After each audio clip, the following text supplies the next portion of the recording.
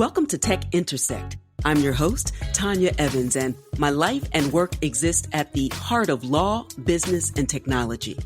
Yeah, I've earned a few fancy titles and degrees over the years, but the bottom line is I'm a writer, speaker, teacher, and lifelong learner. And I'm really excited that you've joined me on this journey. So what is Tech Intersect? Well, it's authentic, empowering conversations with really interesting guests to demystify complex topics to prepare you for the future. Because your future is now. And it exists where law, business, and tech intersect. Get ready to listen, learn, and leverage. Let's get started. Hey, everybody. Today is Talk to Tanya or Ping the Prof Tuesday. Actually, I'm recording on a Wednesday because I don't know if you know, but evidently Mercury was in retrograde again.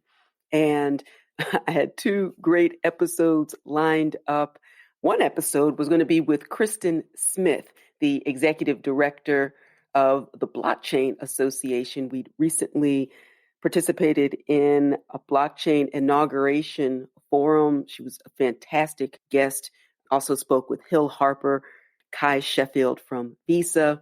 I wanted to have a more in-depth conversation with Kristen, and we had a fantastic conversation.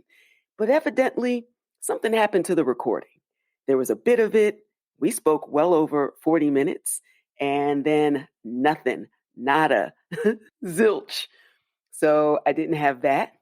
And then I had a great idea to connect with a former colleague and friend, Mike McCann, who is the legal analyst for Sports Illustrated, as well as a professor at the University of New Hampshire School of Law. We had to coordinate and reschedule a couple of times in order to meet. He showed up on Saturday. I had to travel for some medical issues, forgot to hit send to let him know. And so he was fired up and ready to record, and I was nowhere to be found. So evidently, I'm not supposed to have a guest this week. I'm supposed to just talk to you. You're my guest, my favorite listeners. And so what I'm going to do is turn this tragedy, this podcast tragedy, into a triumph and start what I hope will be a new segment one time a month where you can ping the prof. Ask me your questions. I receive a lot of questions. Oh, that might be a question right now. I receive a lot of questions, and oftentimes I tweet about it or send answers out in my newsletter, but I decided to connect with you all and to do some of that one time a month that I will use an episode devoted to answering your questions and talking about what's going on in the news. So we're going to do that today. And there are several things that I want to address. One question that I receive almost as often as what is crypto or what is Bitcoin or blockchain? That's always like the top. But the next thing is it too late to get in / do I have to buy one Bitcoin? Which is very daunting when you look at the current price today. I'm recording on February 24th at 10:15 Eastern time. I can't remember what UTC time that is. I'm going to start talking in UTC time because I have found out wonderfully that this show is popular in at least 17 different countries. So I would want to honor the global impact of Tech Intersect, and I'm really excited that so many from around the world are tuning in. That's amazing. So someday I will learn how to speak in UTC time. For now, we're talking Eastern time. And as it stands now, the price of Bitcoin is the equivalent in USD of $49,080.77. There's been a $115.80 price change in the last 24 hours, with a slight tick since I began speaking of 49,000 and change. It's quite a lot of volume right now and quite a lot of dips and rises in the price over the last 7 days. And so I did want to highlight that. But one of the biggest things, again, is, do I have to have an entire Bitcoin? Do I need $49,000 to purchase in the same way you often need to buy an all or none with stocks, for example? And crypto is taxed in the United States as a capital asset in the same way as property. And so you are experiencing capital gains and losses and all of that. And so let's see, last Wednesday, the price was at $51,109. This is Bitcoin again. On the 19th at 51, it had gone up a bit to like 53 and come back down. Then it really started to chug, really started to rock.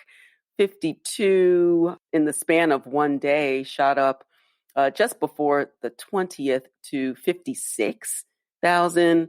I see in between the 20th and 21st, we have the price going up to $57,356 and change, pulls back a scotch to 55, and then hits the latest all-time high, the high over the last 7 days, $58,330.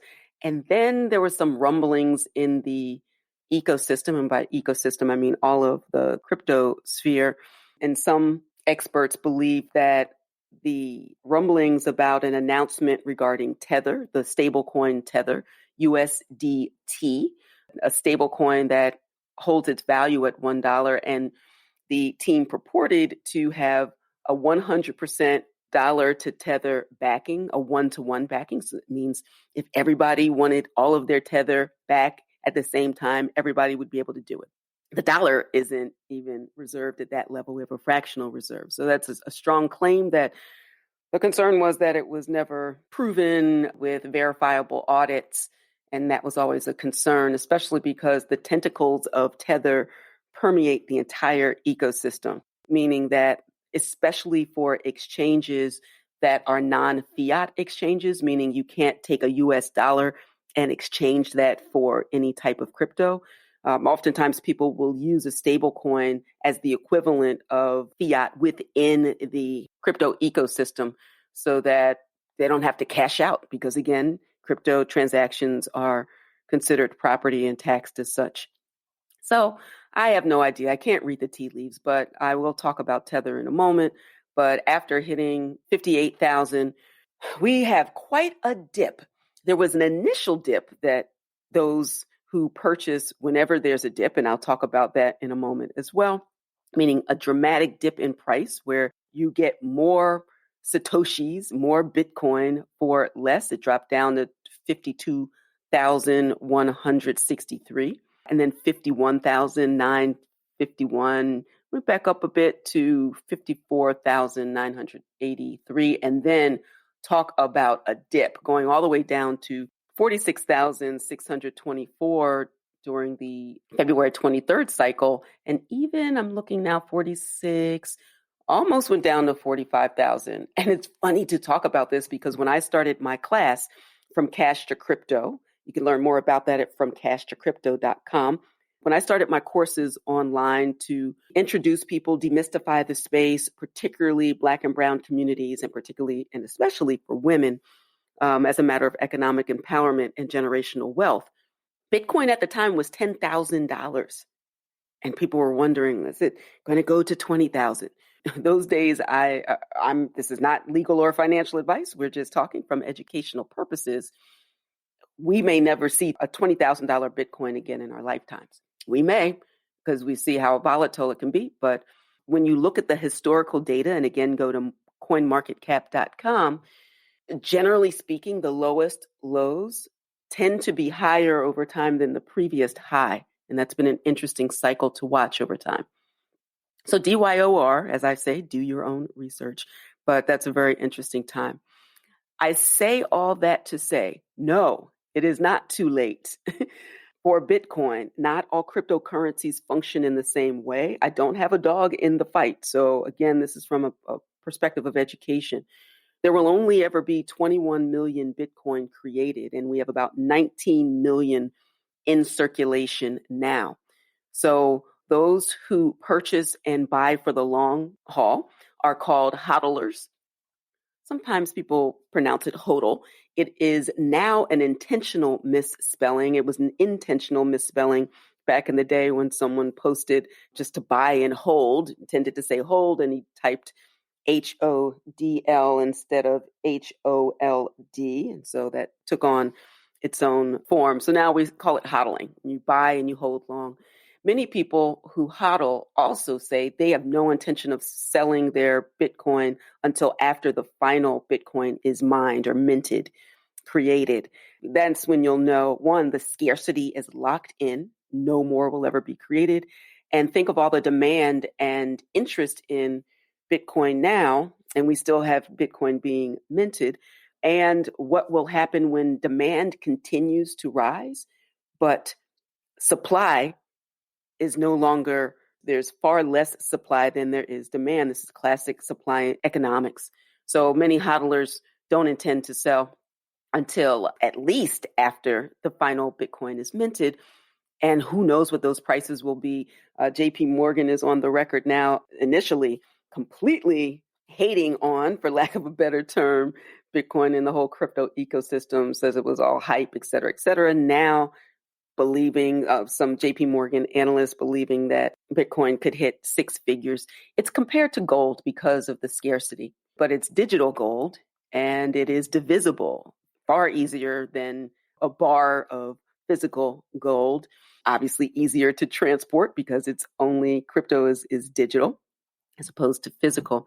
So look into that. The final point I want to make about no, it's not too late and start thinking about it is you can have a fractional purchase of a Bitcoin.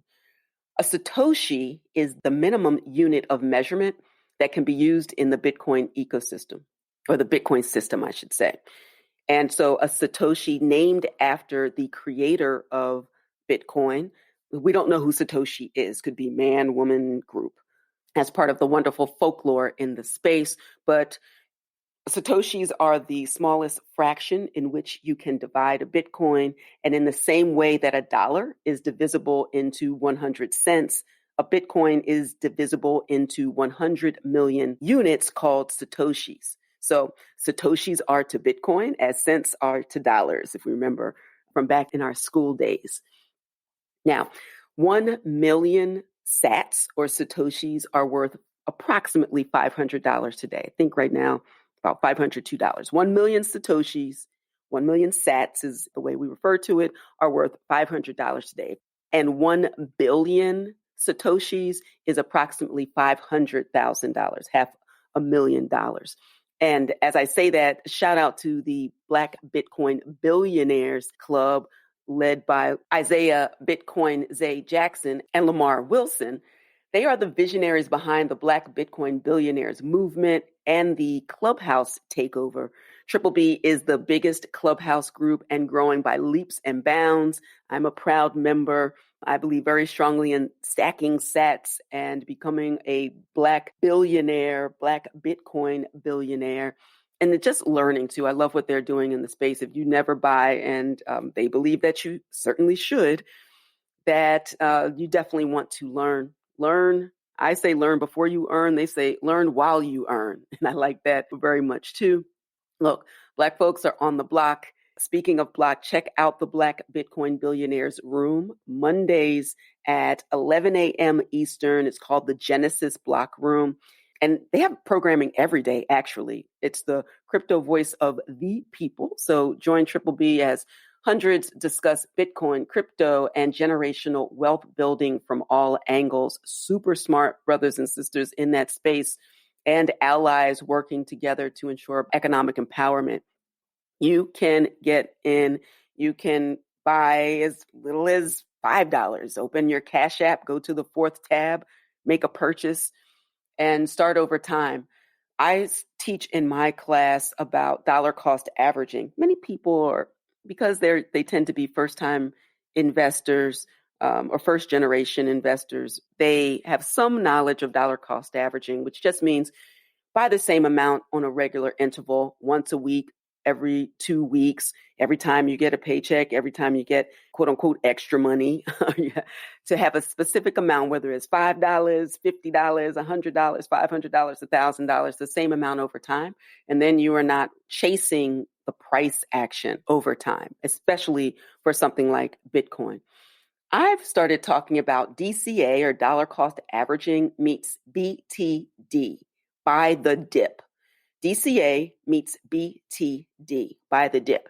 So I went through that 7-day price action for Bitcoin for a reason, to say you might, in addition to a dollar cost averaging approach to something like Bitcoin, also focus on those moments where you buy the dip. Maybe you have some savings and it's a rare opportunity to get more with less. Remember, scarcity is built into the Bitcoin protocol, the protocol meaning software. If you don't know what all this means, please join me at an upcoming masterclass. They're free. I do them generally once a month. I have one coming up in March. Go to fromcashtocrypto.com, sign up, and we can take a deeper dive into some of this terminology. But DCA meets BTD. You're going to hear me talk about this a lot more. There are a lot of dips because crypto tends to be very volatile unless, again, we're talking about a stable coin that holds its value. DCA meets BTD. Get at it. We hope you're enjoying this edition of Tech Intersect. Our conversation will continue in a moment, but first, a word on an exciting opportunity. There's a more cost-effective and time-efficient way to reach your leading-edge learning and earning goals, to put you ahead of the stiff competition in this fast-paced, tech-driven economy. You need skills, credentials, and a fast track to a competitive advantage. You need it now more than ever, and I can help. The Advantage Evans method puts you ahead of the curve with condensed, comprehensive online courses, curated content to leverage your current skills and expertise, live coaching, networking opportunities, and more. Upcoming courses include From Cash to Crypto to help you buy your first Bitcoin, and there are 2 ways to get your advantage. Advantage Evans Encore gives you maximum experience for your total competitive advantage and access for 1 year.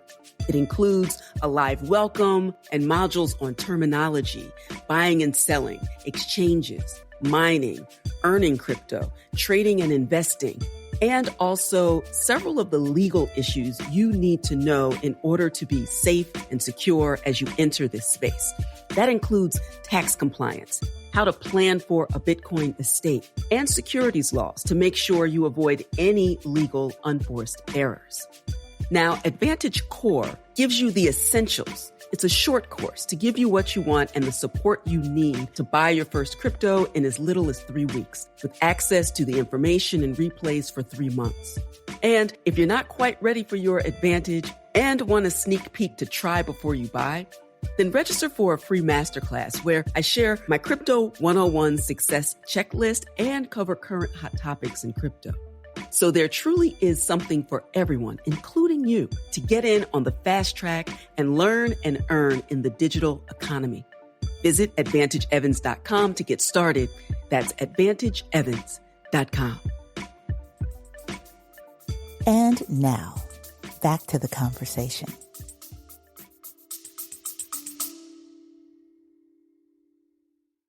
You love listening to podcasts, but have you ever thought about starting your own podcast? Maybe you want to build a brand, grow your business, or are looking for an excuse to talk about your favorite hobby. Whatever your reason for making a podcast, Buzzsprout is the place to start.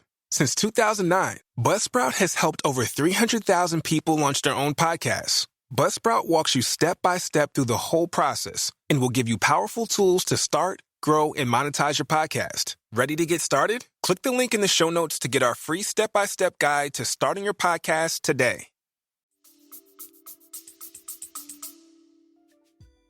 All right, a couple of news items and then we'll get out of here. The Global Business Blockchain Council has this fantastic legal roundup around the world. I picked a couple of items to mention, or one item in particular to mention about what the Treasury Secretary Janet Yellen stated recently about blockchain-based digital dollar conversations here in the United States. And then I will also talk about the Bitfinex and Tether settlement with the New York Attorney General Leticia James, who is an extraordinary attorney and attorney general. She pulls zero punches and she's excellent at what she does. And she proves that every day. We've been waiting to hear what was going to happen with Tether and Bitfinex in this multi-year investigation. So I'll say more about that in a moment. But first, Secretary Yellen stated that a blockchain-based digital dollar maintained by the Federal Reserve could create, quote, faster, safer, and cheaper payments, but raised the following questions. Her questions are: what would be the impact on the banking system? Would it cause a huge movement of deposits out of banks and into the Fed? Would the Fed deal with retail customers or try to do this at a wholesale level? And are there financial stability concerns? Additionally, how would we manage money laundering and illicit finance issues? There are a lot of things to consider here, she says, but it's worth looking at. And she added that she does not think that Bitcoin is widely used as a transaction mechanism. It's an extremely inefficient way of conducting transactions. And the amount, she says, of energy that's consumed in processing those transactions is staggering. We often hear environmental concerns when talking about the methodology and the amount of energy used by computers in order to, or mining rigs in order to mint Bitcoin. That's a conversation and a topic we'll cover for a different day. So what does all this mean?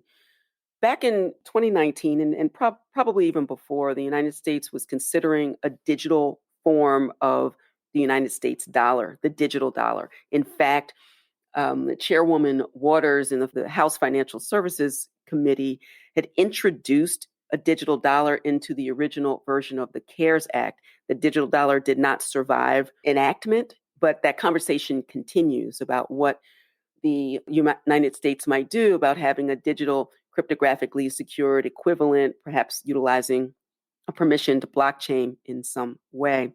And also the Federal Reserve thinking about central bank digital currency as well. China is ahead in terms of considering, and not just considering, but implementing a central bank digital reserve currency. So we will look out for that. But the fact that the United States is considering a digital dollar and central banks around the world are considering this as well means if you don't know how money works, start there before even getting into crypto. Well, I know for me, researching and educating in this space has really helped me to understand just what is value, what is money, and how the United States banking system works and how banking works around the world, to understand the power of cryptocurrencies as an alternative, non-government issued form of money, and then what governments will do to leverage this new technology in a way that makes banking better, faster, cheaper, is the way that I describe it. So we shall see. Now, back to Bitfinex Tether's settlement with the New York AG James that ends the multi-year investigation into Tether's reserve claims. My question, I have a couple of questions, but my first question is, some say that the settlement amount is a little low and wondering if, at an $18.5 million settlement, is it a slap on the wrist? What does it say? How are we to read the tea leaves to figure out what is going on and what it means? Clearly, we see what it means in New York. What does it mean for other states? And so my question is, and I'll tell you a little bit more about it, but definitely pull up the report. I'd go directly to the Attorney General's website. CoinDesk has some great coverage on it as well. But if you go directly to the Attorney General's website at ag.ny.gov and check out the release about this, then that gives you everything that you really need to know. That Attorney General James ends the virtual currency trading platform Bitfinex's illegal activities in New York. This is reading directly from New York's press release. I'm sure that it might be phrased a little differently if you look at it from Tether's point of view. The agreement with Bitfinex, Tether, and their related entities will require them to cease any further trading activity with New Yorkers, as well as force the companies to pay $18.5 million in penalties, in addition to requiring a number of steps to increase transparency. Remember that with regulation is protecting consumers and investors. And also, it one of the methods or means or ways of protecting consumers and investors is to solve for the asymmetry of information problem. What does that mean? When the person or the entity has the greatest amount of information, is attracting people to use a product or a service or make an investment without having all of the relevant information, the material information that a person needs in order to make an informed decision. And the biggest concern from the AG's perspective and others in the space was to answer the question whether Bitfinex and Tether misled the market about Tether's US dollar backing. Was it truly a one-for-one, 100% protected stablecoin, meaning 100% reserve for Tether to dollars? And also whether Bitfinex and Tether misrepresented the status of the Tether reserves. After Bitfinex suffered that massive loss of funds in 2019. Well, according to the settlement paperwork, AG James says that, in fact, Bitfinex and Tether misled the market about the backing in 2017 and in 2019 misrepresented the status of Tether reserves after the loss of funds. And as a result, fines were levied, reporting requirements, and no operations in New York. So my question is whether Tether was too big to fail. How do we read the settlement? Because we're all kind of guessing and looking at the same information. Other questions: what will other state attorneys general do? Will they follow suit with New York? What will come of this? Interestingly, I'd be interested to know what a Wyoming may do, because Wyoming and New York took very different approaches to crypto and the blockchain. The federal level, what will we see? Whenever you see a settlement, the defendant or target generally doesn't admit to wrongdoing, but does pay some fine and agree to some form of continued observation, reporting, and the like. And this scenario holds true to form in this case. So time will tell. I want you to keep this on your radar, but Tether was so important to so many non-fiat exchanges and other products in the space. And it seemed to be the preferred stablecoin. We see USDC is out there, backed by Circle, of course, DAI. In the spirit of full disclosure, I am the chair of the MakerDAO's Maker Ecosystem Growth Foundation, part of the community to support the further adoption and implementation of the MakerDAO and the Maker protocol. The community is critically important in driving that. And the foundation is a part of the community. So time will tell. Stablecoins are a very important topic, central bank digital currencies, and what I mentioned earlier about dollar cost averaging and buying the dip in the case of Bitcoin specifically. So this is my first Ping the Prof. And I've enjoyed hitting some of the high notes. I will always end Ping the Prof with a shout out. And I am really excited.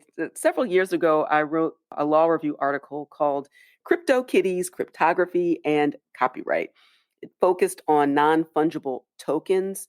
So if you don't know what an NFT is, definitely look it up. Coindesk.com has some great information as well. This is not sponsored by Coindesk. I just happen to think that it is a very valuable resource in the space. There are a lot of places. You could also go to niftygateway.com, niftygateway.com, and find out more information. So anyway, I say all that to say, shout out to Micah Johnson, former Major League Baseball player. And now I'm reading from niftygateway.com because, as they write there, it's not too often that you hear a Major League Baseball player trading his bat for a paintbrush, but that's exactly what Micah Johnson did in 2018. And what started as a way to escape the anxiety, writes Nifty Gateway, the anxiety and pressure of playing a professional sport has turned into a full-time vocation. And Micah's works feature strong gestural charcoal lines complemented with subtle, vibrant colors. And his work has been collected throughout the world. Recently on Nifty Gateway, he had a silent auction, 15-minute auction, combined with the first physical Aku sculptures. Micah has created this character with a helmet on, like a NASA-inspired visionary exploration helmet, and In addition to the NFT, which is the crypto token, there is a physical sculpture. And whoever holds the keys and the NFT, I should say, will exert ownership over the physical sculptures and receive those as well. So that is extremely exciting. No two Akus will ever be the same. They are signed, they are numbered. Winning bids for 9 items for Aku.002 through 010. Those winning bids ranged from the equivalent in USD of $17,650 to over $100,050. Amazing. Congratulations, Micah. Not only for those initial purchases, those initial final bids, but also what happens on the secondary market. That's going to be my time to get out of here, but I celebrate you, Micah, and I'm really excited about what's going on in the NFT space. You're going to hear a lot more about the use case for Nifty or NFT tokens in collectibles and provenance of art. And I'm really excited about digital art in general and crypto art in particular. So again, congratulations. I love the quote from Jacqueline Nepal, co-founder of Art Angels. Finding new ways to support our artists' careers has always been at the forefront of our initiatives for Art Angels. And she goes on to say, we are offering collectors an incomparable opportunity to keep their artworks in pristine condition during a time when the artwork can be traded and change hands multiple times. Very exciting. The NFT owner will be the only person allowed to view Aku within the Art Angels vault. Find out more about that at niftygateway.com or search Micah online, Micah Johnson. All right, that's all for this time of Ping the Prof. Until next time, continue to shine. Stay in touch with host Tanya Evans via your favorite social media. On Twitter at Tech Intersect.